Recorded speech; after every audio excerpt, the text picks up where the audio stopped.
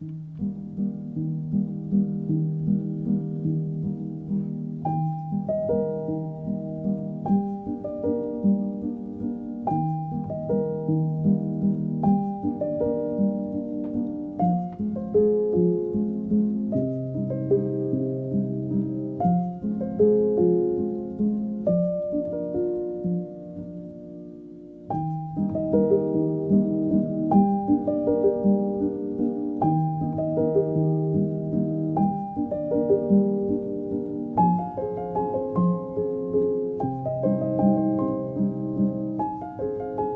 this is the front of the house, and I've got in here some other plants,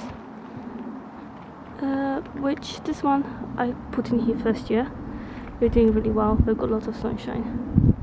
Okay, welcome to May, my UK garden in May.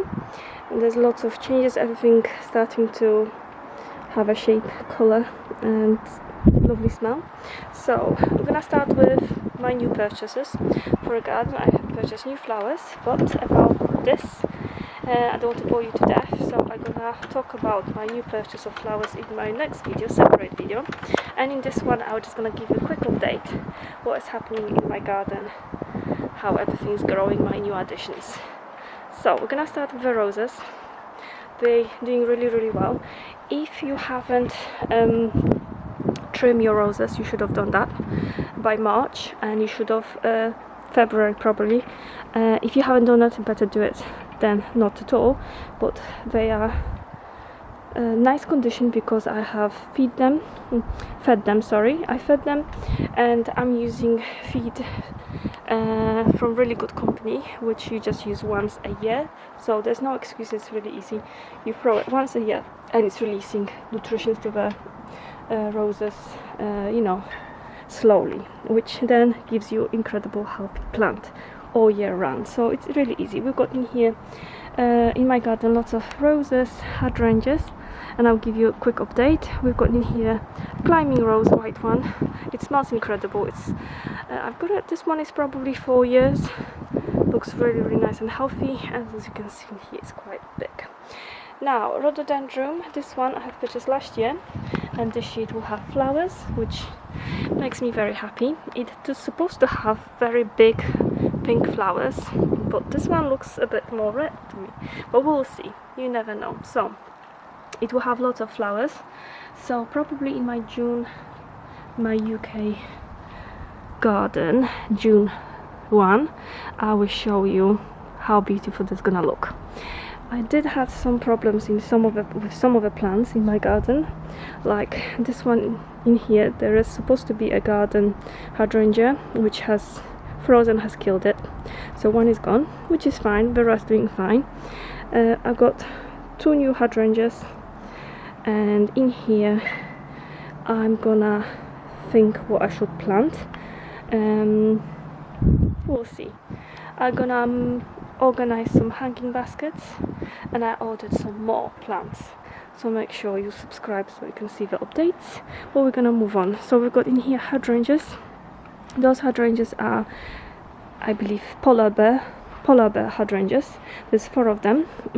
What I noticed is that they love the sunshine, so the one which are more positioned on this side are doing slightly better. As I said, there is lots of sunshine on this side, and this seems to be a bit better. However, those are trying to keep up as well, especially that one. In here I did had a lilac. There's a lilac in here. This one is a French one. It's white lilac, Madame something. If you're interested, go back to my previous video when I purchased that one. I have purchased that one last year, and it's doubled in size, literally doubled in size. It looks incredible and healthy, so I highly recommended that one. From France, very healthy. I did not expect it's gonna go that beautiful, but it has really fragrant white flowers. So this lilacs probably gonna flower a little bit later in the year, usually at the beginning of spring, but I think this type, it depends on the types, this might be flowering a bit later, but I'm not expecting any flowers probably after 3 years, so I'm just happy it's growing.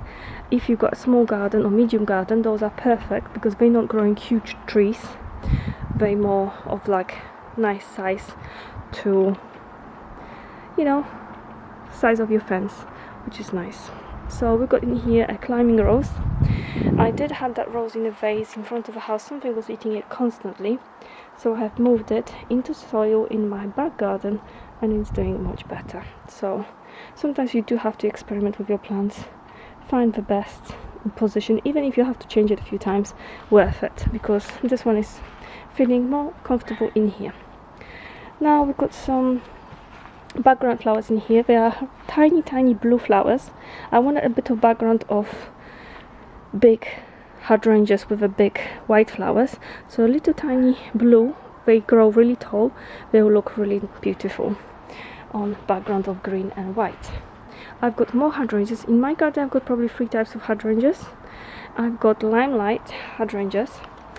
The thing with hydrangeas is that you do have to cut them quite short. I know it's scary, because if you are beginner, gardening beginner, then you don't want to be cutting something too short, because it's a scary thing to think if they're gonna grow back. But with those type of hydrangeas, not garden hydrangeas, those are not garden hydrangeas, I have to highlight that fact. Those love to be cut short in spring. This is where I cut it there from the ground. About 10 centimeters will be fine, and they grow then bigger flowers, larger flowers. So I want larger flowers but less than loads and small. So you'll see how this gonna grow and flower later on in a year. We've got some more plants in here. Roses, I've got 2 of them, this one and this one. It's Queen of Sweden. This is the best rose I have in my garden. Highly recommended. If you will decide about one rose which looks very elegant, the most elegant rose in my garden is this one. This is the same rose, by the way. I'm planning to buy 2 more, so I've got a whole row of them.